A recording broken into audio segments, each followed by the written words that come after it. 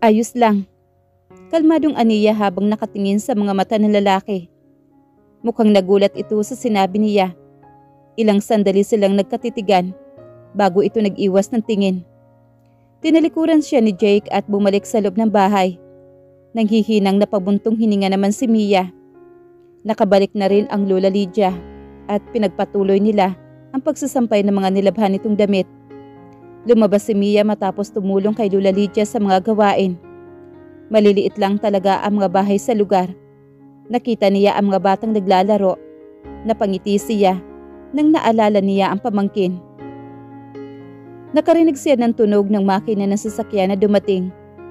Napunta ang mga mata niya doon at nakita niya si James na sinalubong si Alex. Unti-unti siyang lumapit. Bukod kay Alex ay may dalawa pang lalaki ang lumabas sa sasakyan nito. Napatingin si Alex sa paglapit niya, kaya nilingon rin siya ni Jake. Tumabi siya kay Jake habang pinapakilala sa kanila yung dalawang lalaki. Mia, Aniya. Si Rico nga pala at Tommy. Ngumiti rin siya sa mga ito. Isasama ko muna si Jake, Mia. Uwi ka naman ni Alex. Sila Rico at Tommy muna ang magbabantay sa kanya. Tumingin ito kay Jake. Tumango naman si Jake pero hindi siya nagsalita. Ayos lang naman kahit wala nang magbabantay sa akin. Hindi naman ako tatakas. Marahang wika naman ni Mia. Nakita naman niyang napangiti sa Rico at Tommy. Tipid lang siyang napangiti sa reaksyon ng mga ito. Siya lang yata yung kinidnap na walang balak tumakas. Medyo litong nasabi naman ni Rico. Tumangutango naman si Tommy. Nag-aya muna si Alex na puntahan ang matandang mag-asawa.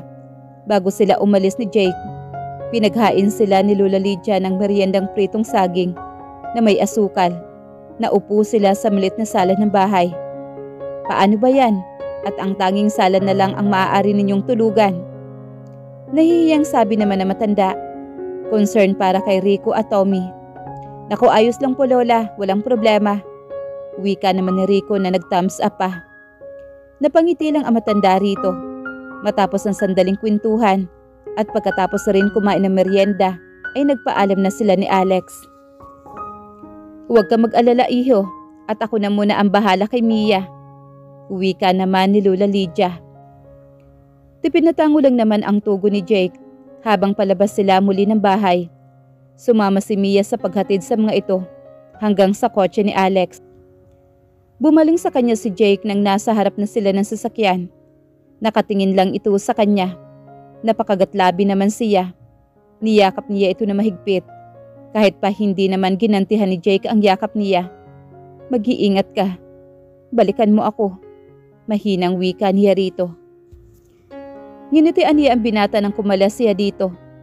Seryoso lamang ang ekspresyon sa mukha ni Jake hanggang sa tuluyan nitong binuksan ang pintuan ng sasakyan at pumasok doon. Narinig niyang may sumipol na agad. Siyang napabaling sa dalawang lalaki kung saan abutan niyang si Rico iyon. Agad naman binatukan ni Tommy ang kaibigan. Napahawak naman si Rico sa kanyang ulo. Tipid na nakangiting napailing na lang si Mia at nagpatiuna na sa pagbalik ng bahay. Titig na titig si Jake sa hawak na baril. Mula noong malaman niya ang katotohanan sa kapatid niyang si Ivy, ay parang may alaalang bumabalik sa kanya. Iyon siguro ang dahilan kung bakit takot siya sa kulog o kahit anong malakas na tunog. Dahil ang totoo niyon, it's a gunshot ng gabing iyon. Siguro nakalimutan niya dahil bata pa siya noon o na-trauma siya. Layo asked me to train you. Wika ni Alex sa kanya na naglalagay ng magazine sa baril nito. Well, kailangan kung gusto mo talagang ipaghiganti ang nangyari sa mga magulang niyo ni Ivy. May batas naman, pero nabibili rin. Umiling-iling naman ito. Imbes na ang mga Dela Cuesta ang panagutin nyo, ikaw pa ngayon itong wanted. Layus right, talagang inunahan nila kayo. Umigting naman ang panga ni Jake. Sobrang galit ang nadarama niya ngayon. Ilang taon siyang nabuhay sa kasinungalingan. Nanginginig ang mga kamay niyang inangat ang baril at itinutok sa pinupunteriya sa kanilang harapan. He closed his eyes tightly after hearing a gunshot coming from the gun he's holding. Hindi na lang ang mga kamay niya ang nanginginig, kung hindi pati halos ang buong katawan niya. Naramdaman niya ang pagtapik ni Alex sa kanyang balikat. Nagmulat siya ng mga mata. "Puntahan natin ang ate mo." Wika naman ni Alex. Gusto kaniyang makita. Tumango siya at nilapag ang baril doon. Sumunod siya kay Alex patungo sa naghihintay nitong sasakyan. Ang totoo, ang magtitrain sa US si Leo. He's part of the army. Kaya lang hindi niya maiwan ang kapatid mo. Naiiling si Alex habang nagmamaneho. Patay na patay yun kay Ivy. Napangiti naman si Jake. Masaya siya para sa kapatid. Kahit saglit pa lang sila nagkakilala ni Leo, ay nakikita niyang mahal ng lalaki ang kapatid niya. Dahil ganoon din naman niya tingnan si Mia. "Nandito na tayo," wika naman ni Alex.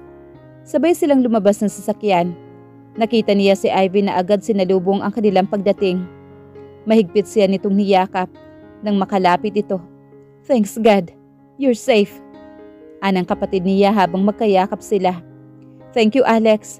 Bumaling ito kay Alex matapos kumala sa yakap sa kanya. "Tara sa loob." Naabutan nila si Leo na naghahanda ng pagkain sa mesa. Nang makapasok sila sa dining area, oras na rin para sa hapunan. Naisip naman niya si Mia. Siguro naman ay kumain na din ito. Hindi naman ito pababayaan nila Lula Lydia. "Si Mia?" tanong sa kanya ng kapatid matapos nilang makapag-dinner. Nasa labas sila ni Alex at Leo habang naiwan naman sila magkapatid sa sala ng bahay. "She's fine." Halos wala sa sariling sambit niya rito. Napabuntong hininga naman si Ivy. Napatingin siya dito.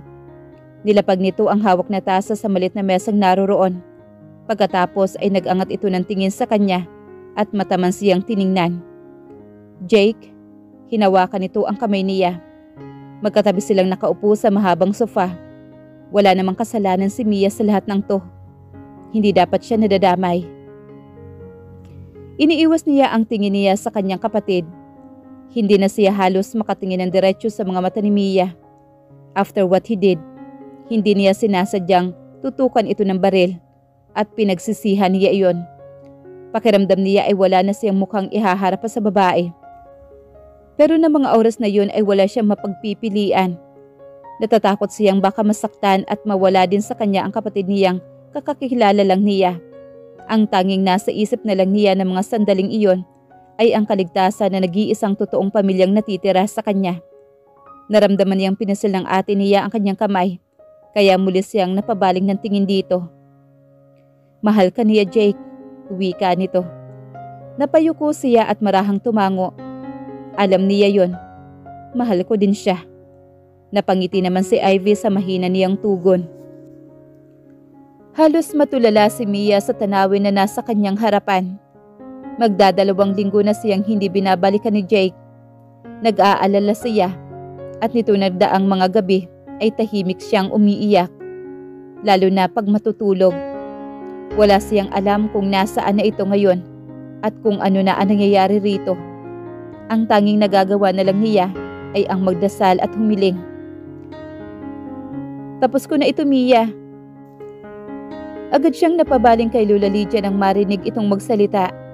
Agad siyang tumayo mula sa kinauupuang malaking bato para tulungan ito.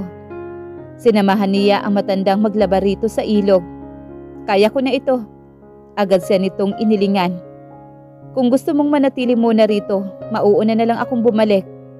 Wika nito. "Basta huwag ka lang magpapadilim." Bili naman ito. Napangiti naman si Mia at tumango rito. Ngumiti na rin si Lula Lydia at iniwan siya doon. Kahit papaano kasi ay nakalma siya sa kaharap na malinaw na tubig. Nakita siguro iyon na matanda. Bumalik siya sa bato at marahang umupo muli doon. Hinayaan niya ang kanyang mga paang damhin ang malamig at preskong tubig ng ilog. Bahagya siyang napapikit at napabuntong hininga. Walang ibang tao sa oras na yon doon bukod sa kanya. Siguro ay abala na ang mga tao sa paghahanda ng hapunan. Sa ilang araw niyang pamamalagi sa lugar, ay nalaman niyang maaga talagang kumakain at matulog ang mga tao rito. Lumulubog na rin ang araw at mamaya ay mapapalitan na ng buwan. Agad siya napamulat nang makarinig ng mga yapak. Nilingon niya iyon. At nanlaki ang kanyang mga mata nang makita kung sino ang lalaki na nakatayo roon. Sinalubong niya ang lalaki na mahigpit na yakap at ibinaon ang mukha sa liig nito habang siya ay nakatingkayad. Maagap naman siyang sinalo ni Jake sa mga braso. Niyakap siya na mahigpit. Mariing napapikit si Mia, kasabay ng pagbuhos ng kanyang luha at dinama ang yakap. "Bakit natargalan ka?" Nanginginig ang boses na tanong niya rito. Kinalas naman ni Jake ang yakap nila at hinawakan siya ng mga palad nito sa magkabilang pisngi. Pagkatapos ay pinakatitigan siya. Pinunasan nito ang mga luhang bumabagsak mula sa kanyang mga mata. "I'm sorry. May mga kailangan lang ituro sa akin sina Alex at Leo." Pumungay ang mga mata nito habang nakikita siyang umiiyak. "Nandito na ako." Muling inatake ng yakap ni Mia ang binata. Niyakap din siya nito pabalik. "I'm sorry, baby. Hindi ko sinasadya. I love you. I love you." Bulong na wika nito sa kanyang tainga. Humigpit ang yakap ni Mia kay Jake. Nakuha niya ang tinutukoy nito. Iyong nagawa nitong pagtutok sa kanya ng barel. I know. I understand, Jake." Wika naman niya rito. Ilang sandali silang nanatili sa ganoong posisyon. Tahimik at nakayakap lang sa isa't isa. Hanggang sa unti-unti itong kumalas. Tinitigan siya sa mga mata. Pagkatapos ay unti-unting bumaba ang mukha nito sa kanya. Hanggang sa masagip nito ang mga labi niya. Marahan ang halik ni Jake sa mga labi ni Mia. Nang tumigil ito ay pinagdikit nito ang kanilang mga noo. "Gusto kong maligo. Parang kanina pa ako tinatawag ng tubig." Aniya makaraan. Umangat naman ang gilid ng labi ni Jake para sa isang ngiti. "Magagabi na." Wika naman ito. Napanguso naman si Mia, "Pero gusto kong maligo." Marahang inalayo ni Jake ang noo at mukha sa kanya. Nagkatinginan sila tapos tumango ito. "Okay." Napakagatlabi naman si Mia. Habang nakatingin kay Jake sa kanyang harapan na naghuhubad ang t-shirt nito. Hinubad na rin niya ang shawl na pinahiram sa kanya ni Lola Lydia. Lumantad kay Jake ang suot niyang manipis na puting strap dress. Umawang pa ang labi nito habang nakatingin pababa sa katawan niya. Unti-unti nilang naramdaman ang malamig na tubig sa kanilang mga katawan. Inangat ni Mia ang mga kamay at pinalibot ang mga braso sa leg ng binata. Habang si Jake naman ay nakayakap sa kanya. Magkadikit na ang katawan nila. Tamang-tama ang init ng katawan nito sa lamig ng tubig na hanggang dibdib na lang ni Mia. Malamlam ang mga mata ni Jake habang nakatingin sa kanya. Tumitig din pabalik si Mia sa mga mata nito. Tahimik lamang sila hanggang sa binaba ni Jake ang ulo nito, gaya ng ginawa nito kanina. Marahan na papikit si Mia at sinalubong ang mapusok nitong halik. Humigpit din ang yakap ni Jake sa kanyang baywang at likod habang naghahalikan sila. Awang ang labi ni Mia para huminga nang bumaba ang mga halik ni Jake sa kanyang panga at pababa sa liig niya. Napaungol naman siya. Pikit ang mga mata niya at nakaawang ang labi habang ibinababa ni Jake ang manipis na tela ng damit niya para maabot ng bibig nito ang kanyang dibdib. Umangat na ang katawan niya. Pumulupot na rin ang mga binti niya sa baywang nito. Madiin at hindi na ganoon kaliwanag ang buwan ng gabing iyon na tanging nagsisilbi nilang ilaw. Tahimik sila magkahawak kamay na naglalakad pabalik sa bahay nila Lolo Manuel at Lola Lydia. May dala palang lampara si Jake, kanina na ginamit nito ngayong ilaw nilang daraanan. Nakahawak si Jake sa kamay niya. Halos hindi na tumitingin si Mia sa dinadaanan nila, kung hindi kay Jake na lang nakatuon ang atensyon niya. Masayang napangiti si Mia sa kabila ng dilim at katahimikan. Kung siya lang siguro mag-isa ay matatakot na siya. Pero dahil narito si Jake at hawak ang kamay niya, she felt safe. Sa kabila ng kadilimang bumabalot sa paligid, naisip niya ang sitwasyon nila ngayon. Para silang naglalakad ni Jake sa kadilimang dulot na nakaraan. Pinakatitigan ni Mia ang tanging lalaking minahal at mamahalin niya. Sana, gaya ng hawak nitong lampara, magsilbering liwanag ang pagmamahalan nila sa daang magdadala sa kanila sa kapatawaran. Dahil tingin niya ay iyon ang kailangan ni Jake, ang magpatawad para sa kanilang dalawa. Ngunit alam rin niyang hindi madali iyon kay Jake at sa kapatid nito. Gusto ng mga ito ng katarungan para sa mga magulang ng mga ito. Ano yun?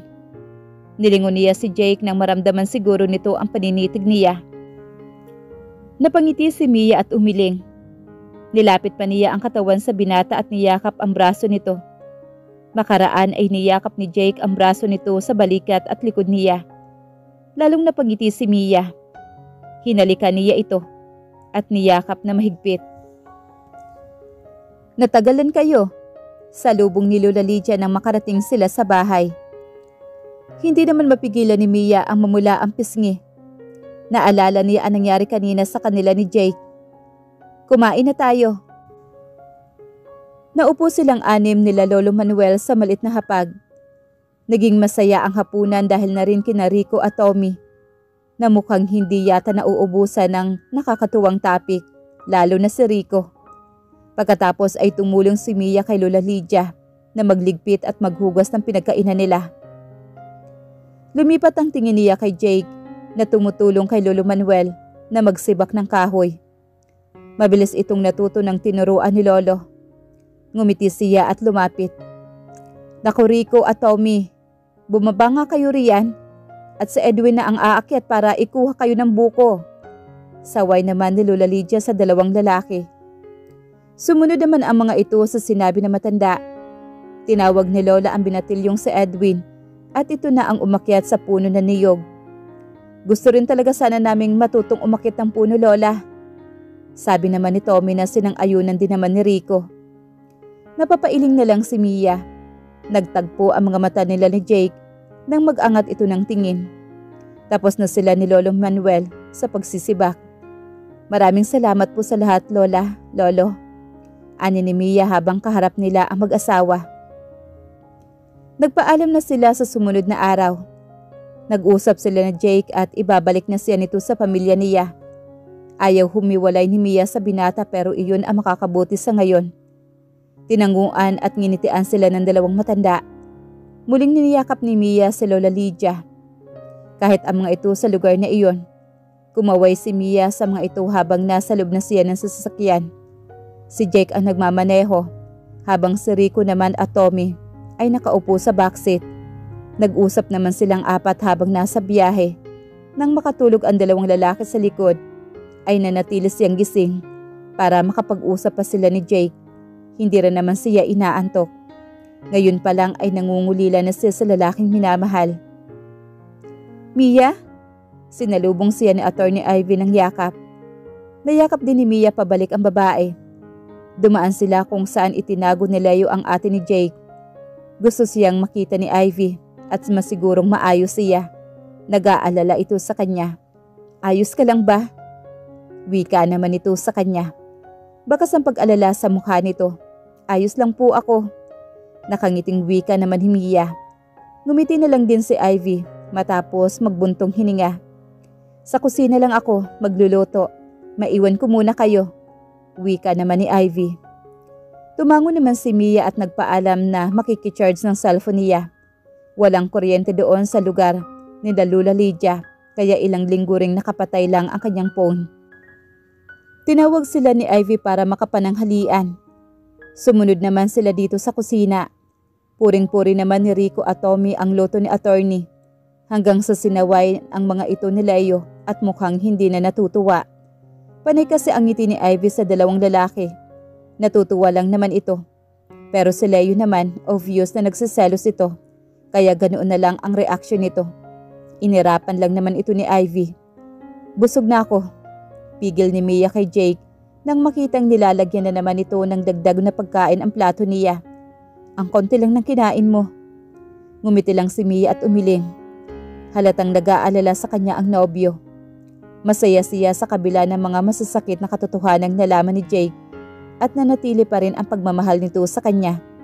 Busog na talaga ako, paninigurado niya rito.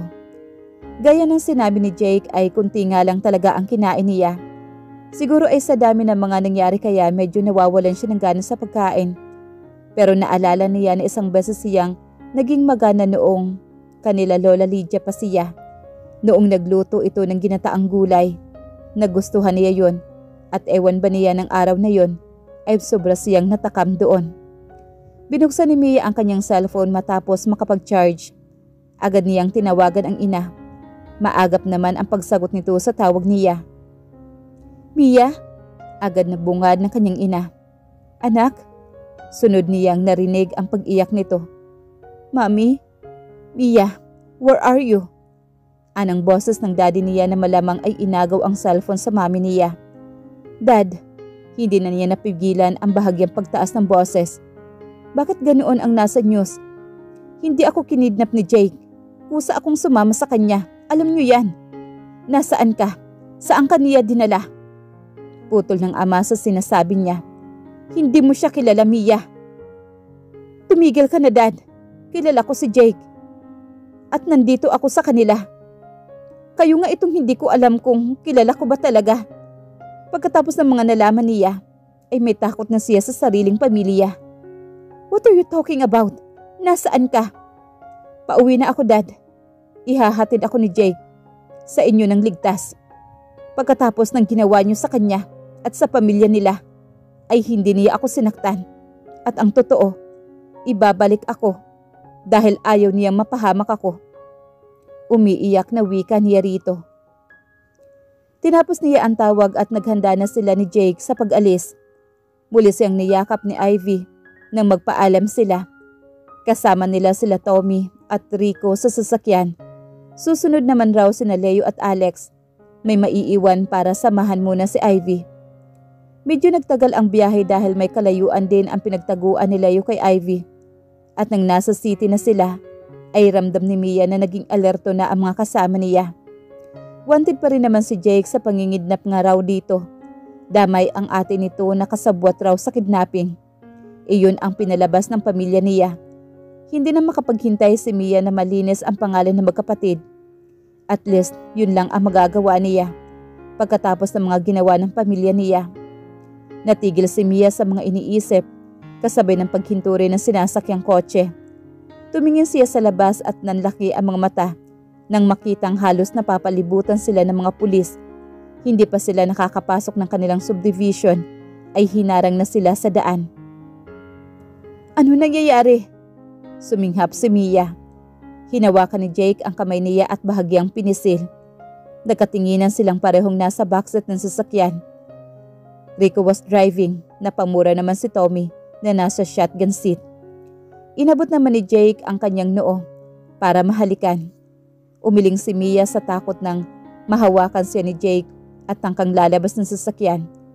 Baka sasaktan ka nila. Patuloy ang pag-iling niya, nangingilid ang luha sa kanyang mga mata. Umiling din naman si Jake at binigyan siya ng matamis na ngiti. Nasa labas ang pamilya mo. Kailangan na kitang ibalik muna sa kanila. Umiling pa rin si Mia at tuluyang pumatak ang mga luha niya sa pisngi.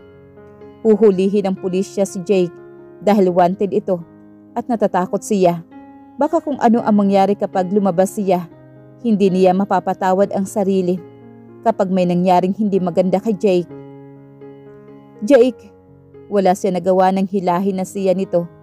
Sabay din nilang lumabas si Tommy, samantalang nanatili si Rico sa driver's seat. Hawak siya ni Jake at dumoble ang takot niya nang makitang maraming baril ang nakatutok sa direksyon nila mula sa kapulisan. Gaya ng sabi ni Jake ay naroroon nga ang daddy niya. Umiigting ang panga nito nang hihingi ng tulong na tumingin si Mia sa ama.